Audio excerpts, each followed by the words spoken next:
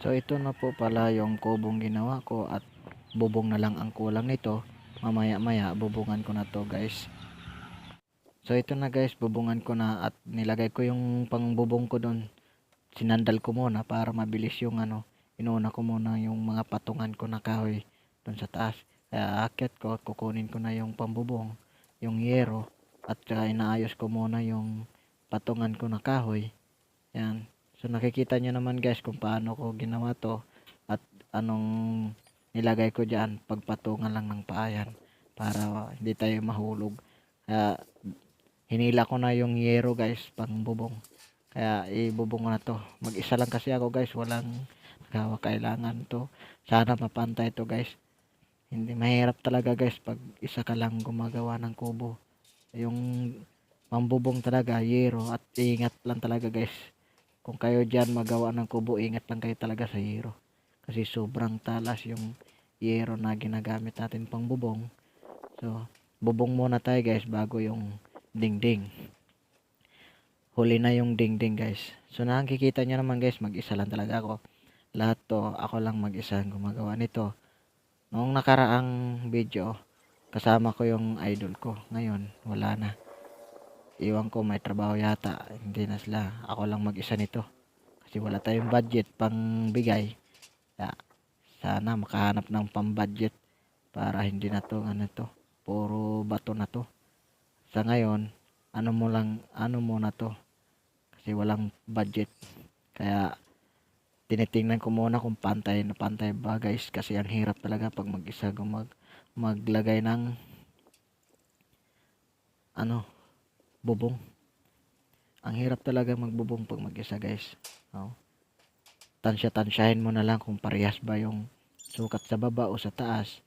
Yun. Kaya ingat lang talaga sa yero guys. Pag magbubong kayo. Ganito talaga. Pero matatapos ka naman talaga to guys. Ako lang mag-isa magtapos nito. At ito, nahulog kasi yung ko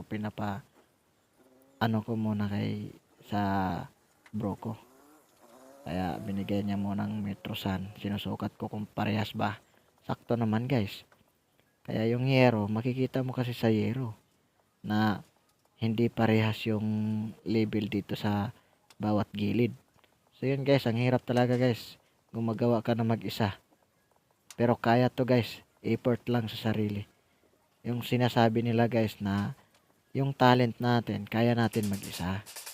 'Di ba? Kaya sinubukan ko gumawa na mag-isa yon. Pinako ko na guys para hindi ang lakas ng hangin kasi dito. Baka lumipad yung yero. Pinako ko muna to para makikita talaga kung ano. Ngayon guys, nahihirapan talaga ako pag wala talagang labor. Kaya nilagay ko na to ng dandahan yung yero.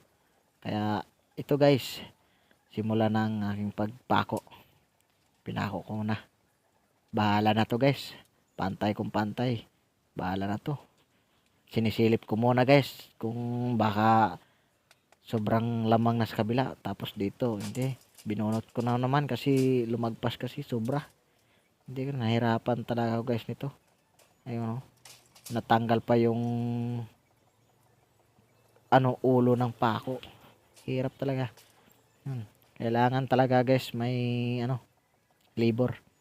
Pero tiyaga lang kasi wala tayong budget pang bigay sa labor. Kaya mag-isa lang muna tayo. Kaya-kaya naman, dandahan lang.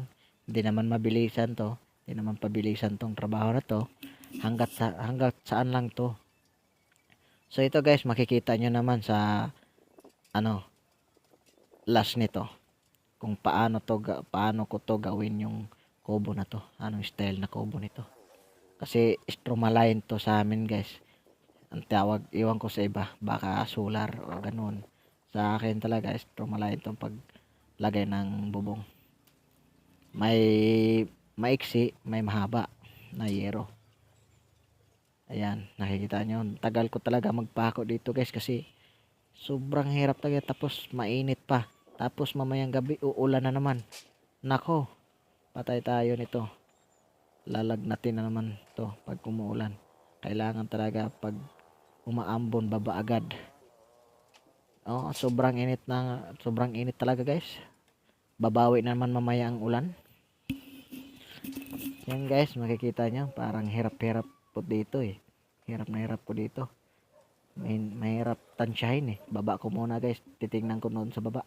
So ito na guys, natapos ko sa kabila sa paglagay ng bubong, yero. Dito naman sa kabila ay kulang ng 2 yero. Hindi pa matapos to kasi nakulangan ako ng 2 yero. Bibili pa ako guys. So nakikita nyo na guys, ito na